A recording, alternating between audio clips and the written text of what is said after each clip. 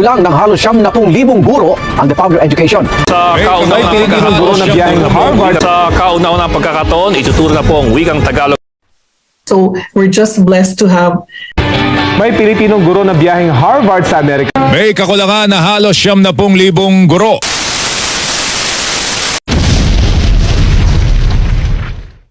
So, May, malapit na tayong graduate. May naisip ka bang kurso? Meron na. Ano Di pa ako sigurado. Di ko pa alam. Ano bang sa'yo? Nursing. Bakit? Para magkapag-abroad at magkatulong ako sa ibang tao. Buti ka pa. Ako, dadalawang isip na talaga ako.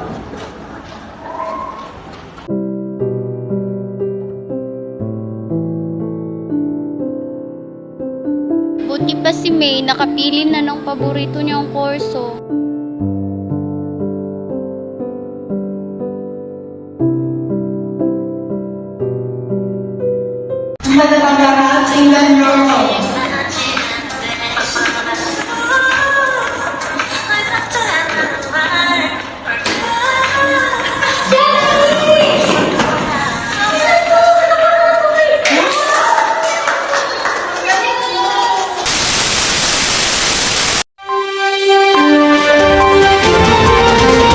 Sa graph na ito, makikita natin ang porsyento ng mga guro sa Filipino na kinakailangan at porsyento ng mga guro sa Filipino na bakante o available. Sa kulay asul, ito ay nangangahulugan na may 5.5 na porsyento lamang ang mga guro sa Filipino na kinakailangan.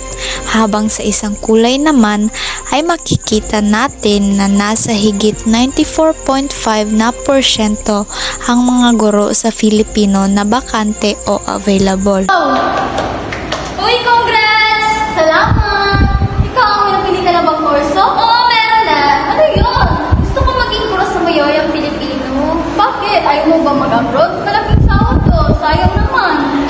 Kasi, dito sa Pilipinas, nakikita ko, kunti lang ang nagtuturo sa mayoyang Pilipino.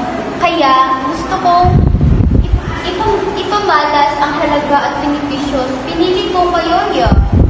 Ay naman, maraming oportunidad doon. Nakasalalay ng tayo. O sa atin. Gusto ko talaga dito. Okay, kung nga lang gusto mo, susuportahan kita. Kinuha ko to, kursong ito sa kadahilanan na limitado na lang ngayon ang nagtuturo ng Pilipino. At dapat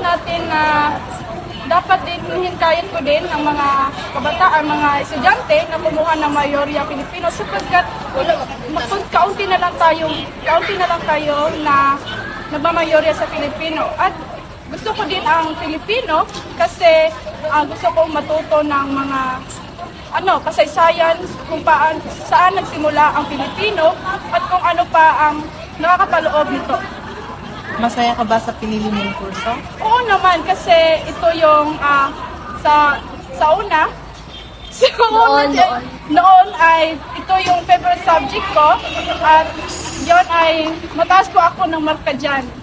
Maraming salamat. Pinili. Hello po. Yes po. Ano po pangalan nila? Ako po si Almarin Joman Carmelo po. Maaari ba kitang matanong? Anong kurso ba ang kinukuha mo ngayon? Ang kinukuha ko pong kurso po ay ang pagiging basilyar ng pang-sekundaryang edukasyon na may mayorya sa Pilipinas. Wow! So, bakit mo napili ang kursong Master Filipino? Hindi lang ang Pilipino ay ang ating lingua franca na ating bansa, ang pambansang wika na ating sinasambit nating mga Pilipino. Ito rin ay para sa akin,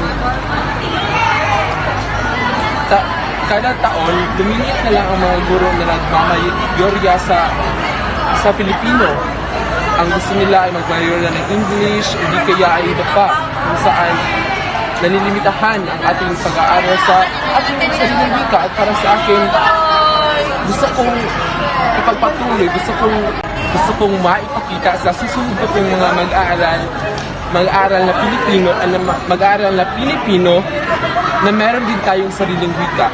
At ang wika na ito ay siyang tunay na maganda at malawak ang pwede nating matuklasan at mapalawig pa. Yun lang mo. Masaya ka ba sa kurso na pinili mo? Oo, siya ang tunay. Alam kong mahirap ang pagmamayorya ng Pilipino na hindi naman ako lokal na nagsasalita ng Pilipino. Hindi ako laking Luzon. Hindi ako Tagalog. Purong Tagalog. Isa akong Bisaya. Mahirap para sa akin magsalita ng Pilipino. Ngunit, gusto kong magsalita ng Pilipino dahil gusto kong ipakita hindi lamang sa aking mga kaklase, hindi lang sa komunidad ng USEP na merong mga Bisaya na magaling rin mag-Pilipino. Hindi man ngayon, baka kalaunan pa. Maraming salamat sa pagpapaunlak ng interview nito.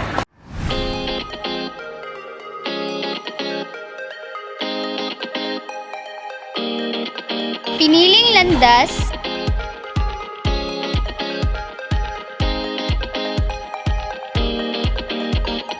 pangarap na wakas.